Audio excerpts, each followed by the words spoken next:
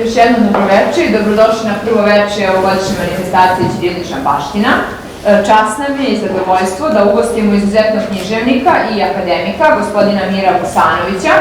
Miro Vuksanović je srpski književnik i akademik Srpske akademije nauka i umetnosti, pokretač i urednik antologije 10 vekova srpske književnosti, pisac mnogih romana, pripovedaka, zapisa i poema. Rođen je u Krnjoj Jeli u Crnoj Gori, školovao se u rodnom mestu Bojanu Nikšiću, a diplomirao na Filološkom fakultetu u Beogradu. Radio je kao profesor srpskog jezika i književnosti, bio urednik časopisa Dometi, potpredsednik i upravnik biblioteke Matice Srpske u Novom Sadu. Direktor je biblioteke Srpske akademije nauka i umetnosti od 2011. godine. Dobitnik je brojnih nagrada, među kojima se posebno ističu nagrada Svetozar Ćorović za prozu 2002. godine, Ninova nagrada kritike za najbolji roman na srpskom jeziku u 2005. godini, nagrada Meša Selimović za najbolju knjigu na srpskom jeziku u 2005. godini, Vukova nagrada i mnoge druge. Bibliografija akademika Mira Vuksanovića krajem 2020. godine sadržala je oko 2900 jedinica, što radova, što literatura od dela. Večeras ću održati predavanje pod nazivom Beseda o srpskoj književnosti, o srpskoj ćirilici, pardon. Poštovani domaćini i gosti Bajine bašte, kada sam primio vaš ljubazni poziv da budem gost na smotri u čast ćirilice ovde, zahvalan sam poželeo da ispričam kratko, ali s lepom uspomenom kako sam nekad u prošlom veku, jer su sad i vekovi češći,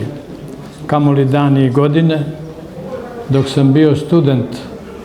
svakog julskog dana dobio razglednice u boji vašeg grada i okoline, uvek s istom rečenicom posebne odanosti i uvek s istim potpisom, ćiriličkim, pa sam verovao da je malo krajeva kod nas i kod drugih, da ima toliko lepih pejzaža, ljudi, reči i slova, ali sam se uplašio da bi to prešlo u ličnu ispovest koja ne bi umela da kaže istinu, da li je lepši bajno-baštanski predeo ujutru s prvim zracima svetlosti ili ispred noći kada su senke drveća i brda dugačke, ili su od svega lepše ćiriličke nekadašnje reči na razglednicama. Poželeo sam da pohvalim otmenost koju ste dali ćiriličkoj baštini, svakodnevno i posebnim programima koji su dobro osmišljeni, to sam video danas i video u ovom programu koji ste ponudili i koji su nasađeni događajima duhovnosti, kulture i ljudskih dometa višeg reda i značaja, kao što priliči mestu koje se ugnezdilo pored reke, što je već 70 godina protiče kroz svetsku književnost i nosi priču o mostovima na njoj i sudbinama čovekovim iz raznih vremena, tako da se na 50 jezika zna i čita da je srpski Nobelovac svojim majstorstvom uspeo da ispravi krivu Drinu i svoje glavne knjige napiše na srpskom jeziku i ćiriličkom pismu. Poželeo sam da vas zamolim da ukupnost srpskog jezika i njegovog ćiriličkog pisma zamislite kao veliki sliv matične reke u Srbiji, kao veliku južnu i zapadnu Moravu u koju sa svih strana besprekidno sa izvora, potoka i jezerca pristižu pritoke od ćiriličnih slova, reči i rečenica pod čistim narodnim imenima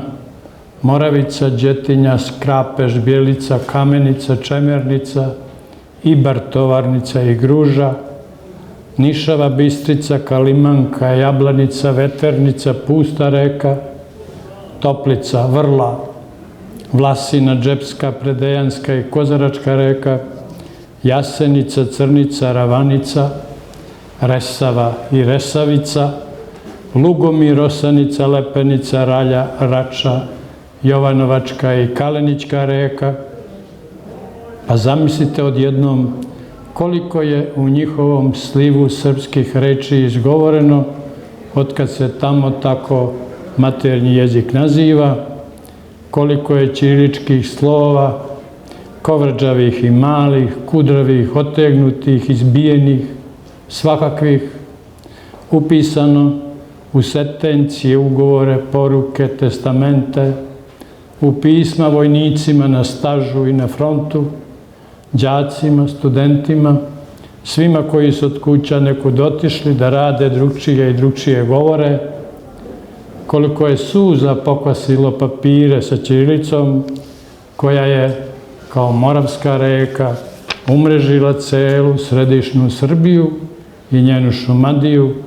i dozvala svakoga ko istim jezikom govori, misli i piše, ma gde bio,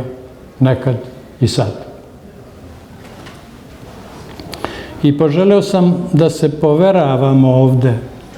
na obali modrikaste reke koja na svojoj sastavnici ima kanjon Nevidio i još desetine takvih klisura i useka s pregradama i bez njih, s pritokom koja se zove Lim, na čijoj obali su davno pred kraj 12. veka u Petrovoj crkvi po narudžbini humskog kneza Miroslava, brata Stefana Nemanje, velikog župana i rodoslovnog začetnika svetorodne loze, ispisani najlepši ćirilični inicijali koje imamo, ukrašeni kao nigde u Miroslavljevom evanđelju, u temeljnoj srpskoj knjizi, završenoj zapisom grešnog dijaka, odakle počinje milenijum srpske književnosti, zajedno sa žitijima i usmenim narodnim izrekama, pričama, lirskim i epskim pesmama, da bi se od njih uzdigla literatura koja se okuplja u antologijskoj ediciji 10 vekova srpske književnosti, na početku sa Svetim Savom, u dosad objavljenih 123 ćiriličke knjige, a bit će ih još toliko u svim žanrovima, s odabranim stihovima, pripovetkama, romanima, dramama, esejima, književnim istorijama i kritikama, najviše iz prošlog i našeg veka, najviše štampanih prvi put na osnovnom srpskom pismu, koje sada Srbi sami od sebe štite, počesto okrivljeni da tako svoj nacionalizam pojačavaju više nego što je dopušteno, kao da nije prirodno da svaki narod drži, brani i obrađuje imanje koje su mu preci ostavili. I poželeo sam da kao svedok koji je prvu žeđ utolio na jednom od drinskih izvora, onamo gde se kaže da nema vode bez bukova hlada, blizu manastira Podmalinsko, Bijela, Dovolja, Dobrilovina, Piva, Zagrađe i Šćepanica, da zamolim sve vas koji ovakvu reč primate s radoznalošću i ljubavlju prema početku, da se podsjetimo svetih mesta, zadužbina Nemanjića, Brankovića, Lazarevića i drugih, paljenih, rušenih, skrvljanjivih, ali uvek obnavljanih, nikad uništenih, u pobožnom ćiriličkom Podrinju iz 1219. s Belim anđelom i grobištem Svetog Save, Lavre Mileševe, gdje su štampane 3 knjige Mileševske, bogoslužbene, ukrašene starom ćirilicom, da nabrojimo manastir Banja Pribojska iz 12. veka, čiji se starešina pominje u Studeničkom tipiku,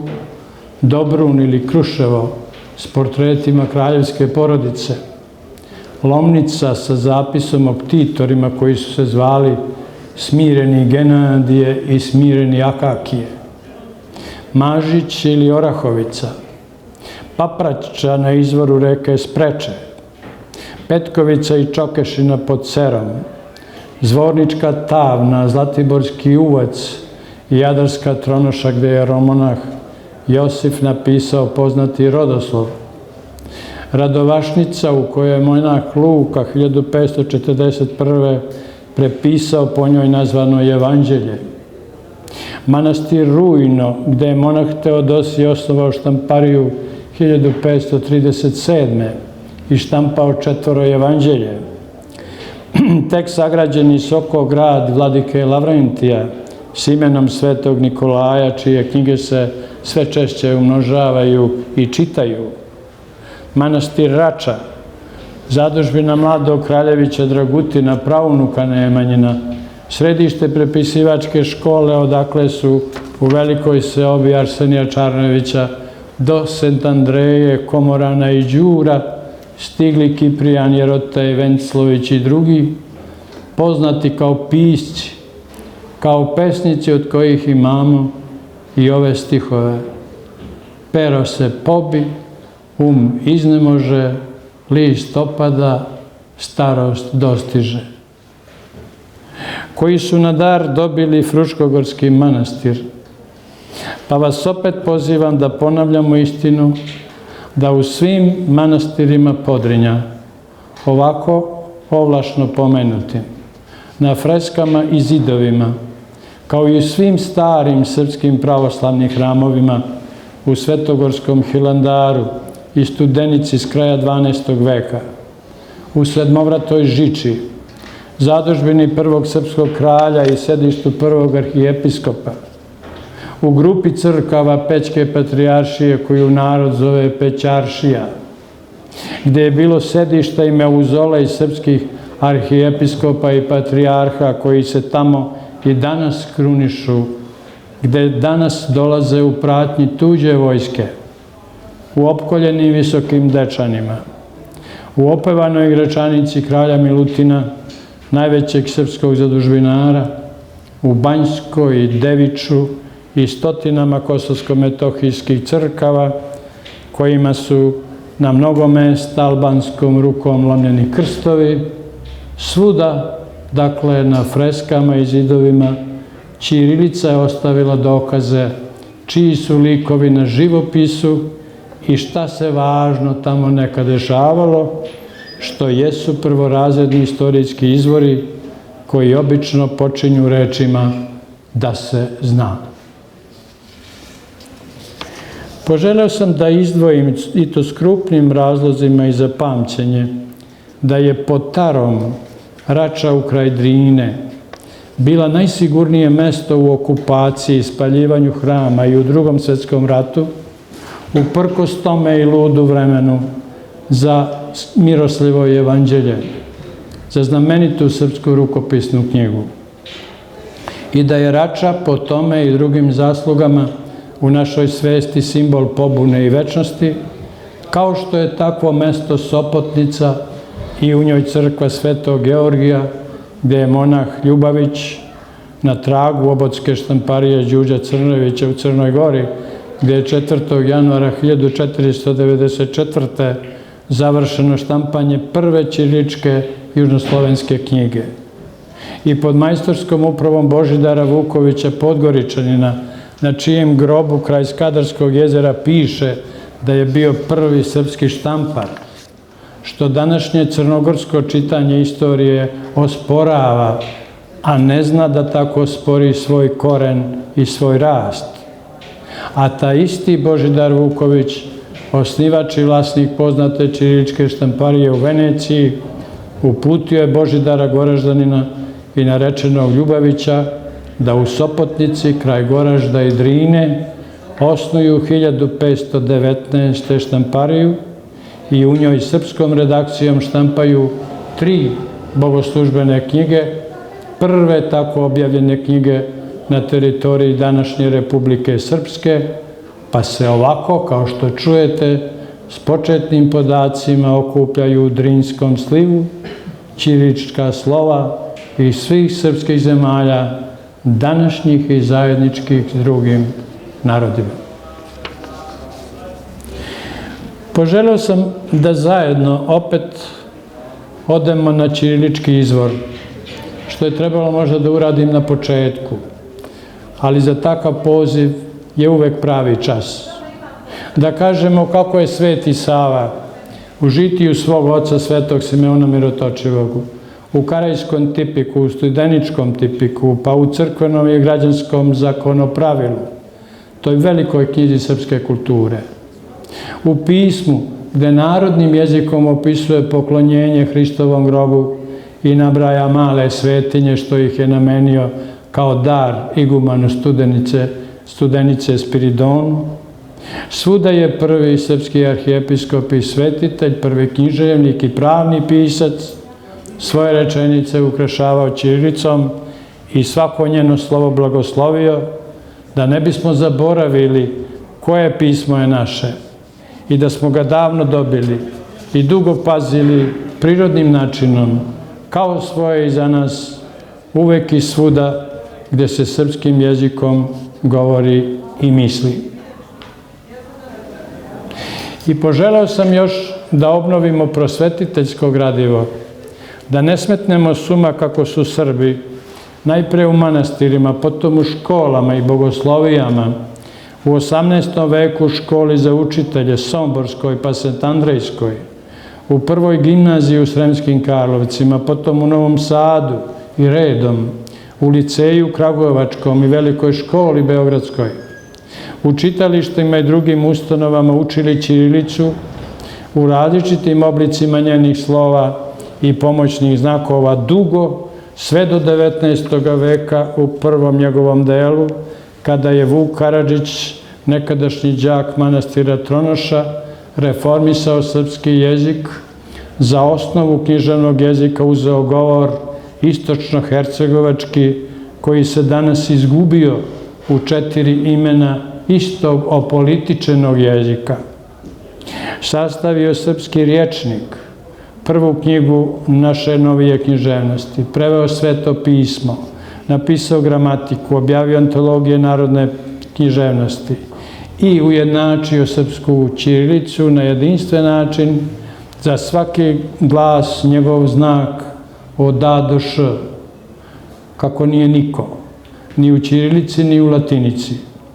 uključiv i onu latinicu što su je Srbi prihvatili kao svoje drugo pismo, s velikim rizikom da bude i jedino, što bi bio presedan kad je reč o civilizovanim narodima koji vole svoje, a ne diraju tuđe, koji ne bi kao mi u Tršiću, kraj Vukove kuće i kuće pisaca, osnovali muzej jezika i pisma, a ne kuću jezika i pisma, jer nije živ jezik i njegovo pismo muzejska vrednost i muzejska retkost. Nije ni zakon blagovjernog cara Stefana, poznat kao Dušanov zakonik, donet na saboru Vlastele i crkvenih velikodostojnika 1349. u Skoplju, dopunjen 1354. sačuvan u nekoliko prepisa, fototipski dostupan u izdanjima Srpske akademije nauka i umetnosti i drugih. Pa nije ni čuvena bakropisna kaligrafija Zaharija Orfelina u 18. veku u Beču otisnuta u 3000 primjeraka s carskom nagradom od 100 dukata. Nije ni prvi broj Orfelinovog magazina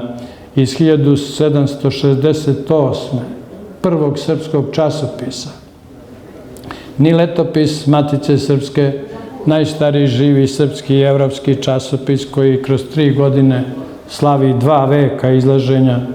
jer su sve to živi delovi velike srpske ćiriličke hronike.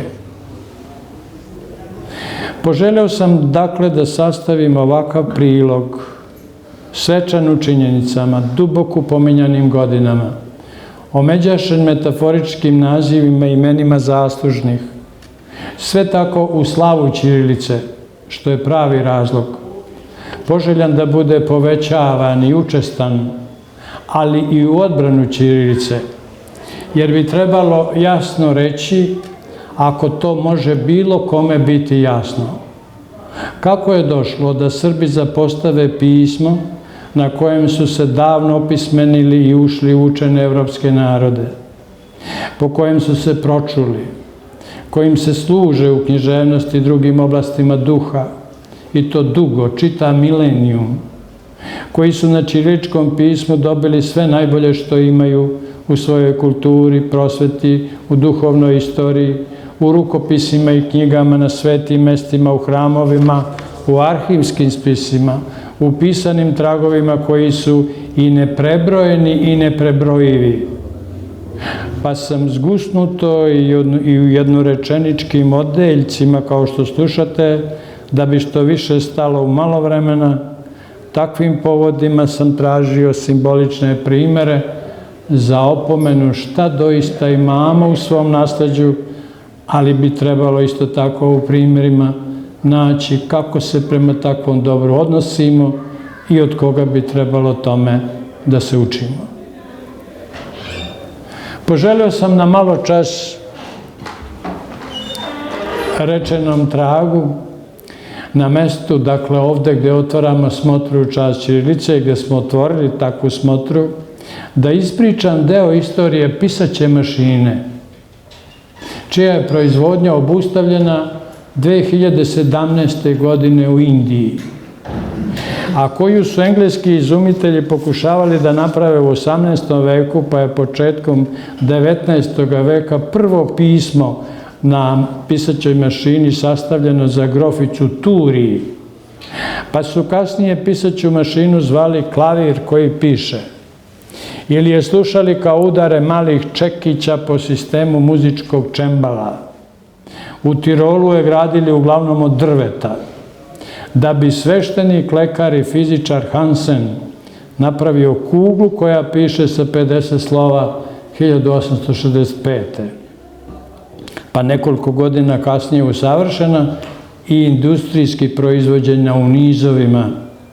s redovnom slikom na kojoj lepa mlada dama prstima pronalazi slova i kuca, a sredovečni čovek diktira. Da bi tako ručno prepisivanje, krasnopis i mastilo počeli da se gube, da ustupaju mesto pisaćoj mašini u velikoj broju primeraka latiničkoj, samo ponegde ćiriličkoj, bar kada je reč o onima što su stigle u ruke Srba, koji su tako postali zavisni od drugih, u prvoj Jugoslaviji, pa još više u drugoj, socijalističkoj, kada su pisaće mašine proizvodile firme iz Slovenije, Sava iz Ljubljane i Emona iz Jesenica, zatim Unis iz Sarajeva i vojna fabrika Slavko Rodić iz Bugojna, iz koje je stizala mala i retka biserica, jedina ćirilička. Pa je zato moj prijatelj pre 40 godina uporno tražio u beogradskim ispostavama Sekretarijata unutrašnjih poslova da mu daju ličnu kartu na ćiriličkom pismu, da mu ime Đorđe ne pišu latinicom kao Đordje. Kad je samo jedna stanica za takve poslove nadležna imala ćiriličku bisericu u ulici 29. novembra i nigde više. Što kaže da je latinička, pod navodnicima rečeno, okupacija ćirilice došla kao posljedica tehničke i tehnološke zavisnosti, da Srbija nije proizvodila pisaće mašine, da ih je uvozila sa zapada i sa zapadu okrenuta, a ne sa istoka, jer kad rano gleda u istok, čoveka može da zaslepi jako sunce. A tako je bilo i kad su stigli računari i ostale digitalije koje su dobile ćirilicu, tek kada su Srbi bili već navikli na latinicu, usvojenu vrlo često i kao znak odvažnosti. I poželeo sam da kažem da naša deca danas u Srbiji bukvarskim i drugim putevima uče ćirilicu. Uče da pišu i čitaju tako, imaju ćiriličke udžbenike, a onda već u drugom razredu uče latinicu, što je u redu. Uvek je bolje imati dve mogućnosti nego jednu. Ali zbog velike gustine latiničnih naziva na ulicama, gdje su ćirilički natpisi gotovo tako retki da liče na nešto sramotno, što treba skrivati, zbog gustine latiničkih slova na televizijskim i filmskim ekranima, u knjigama za čitanje, jer izdavači danas kažu da su ćirilička slova šira, da uzimaju više prostora, da su takva izdanja skuplja u štamparijama, da se prilagođavaju zahtevima knjižara iz regiona, a region je nadimak za ostatke Jugoslavije. Da se, dakle, prilagođavaju njima, jer se region ne prilagođava ćiriličarima. Jer su ćiriličari prilagođeni drugima, ne samo iz regiona, osim onih koji se udružuju i nameću kao jedini zaštitnici nacionalnog pisma. Kao da to nije briga države i ustanova po nadležnostima, kao da to nije pitanje koje treba urediti jasnim i strogo primenjivanim i primenjivim zakonskim propisima, bez straha da će im neko reći da na ulasku u savez sa drugim državama i narodima moraju nešto svoje žrtvovati, jer oni što su već u savezu savesno čuvaju i svoj jezik i svoje pismo. I poželeo sam u svojoj završnoj želji, nadam se da joj se radujete, možda nametljivo isticanoj, ali je to tražio stil u ovom govorničkom obraćanju, koje nije slučajno sastavljeno u 12 rečenica i odeljaka, jer je 12 broj opšteg ispunjenja i zaštitni simbol nad ovom besedom, koja je htela na malom prostoru da smesti što više ćirilice, kao što hoće da na kraju bude potpisana po redu stvari. Pa sam krenuo da nađem primere i za potpis, što mi nije bilo teško, jer sam uzeo slova kakva je koristio vladika crnogorski Njegoš, o kome najružnije govore oni što ih je proslavio. A njegova ćirilica je od ujednačenih i složnih slova, pa sam uzeo rukopis Nikole Tesle, čiji je ćirilički potpis u sred Njujorka bio razvučen, harmoničan u rasporedu slova, jednostavan i lep. Pa sam uzeo potpis Mihajla Pupina, koji je iz Amerike u Idvor i Beograd slao pisma otkucana na ćiriličkoj pisaćoj mašini pre Drugog svjetskog rata, koji je imao umetničkih 7 ćiriličkih slova u svom potpisu, originalnom po onom njegovom srednjem slovu i po svemu. Uzeo sam potpis Milutina Milankovića, čitljiv, različit prema prilikama i nekako neobičan kad nagoveštava kako je njegova naučna misao išla kroz vasionu i vekove. Pa sam uzeo potpis sa više strana za vidljivošću opanjkanog Ive Andrića. U ćiriličkoj povezanosti imena i prezimena njegovog, kao da je to celina, kao što jeste, i to samo takva. Pa sam posle skupljanja velikih 5 ćiriličkih potpisa dobio slobodu da kažem Srbima da se potpisuju kao što su se potpisivali Njegoš, Tesla, Pupin, Milanković i Andrić, jer su to primjeri koje valja slediti, jer malo takvih uzora u srpskoj nauci i kulturi imamo, jer im ništa nije falilo što su pisali ćirilicom, kad treba i latinicom i na drugim jezicima, i što su se čitkom ćirilicom potpisivali i što su svaki na svoj način poručivali da učenom čovečanstvu svaki narod treba da daje najbolje što ima, ono što je izvorno i originalno, kao što je originalna srpska ćirilica.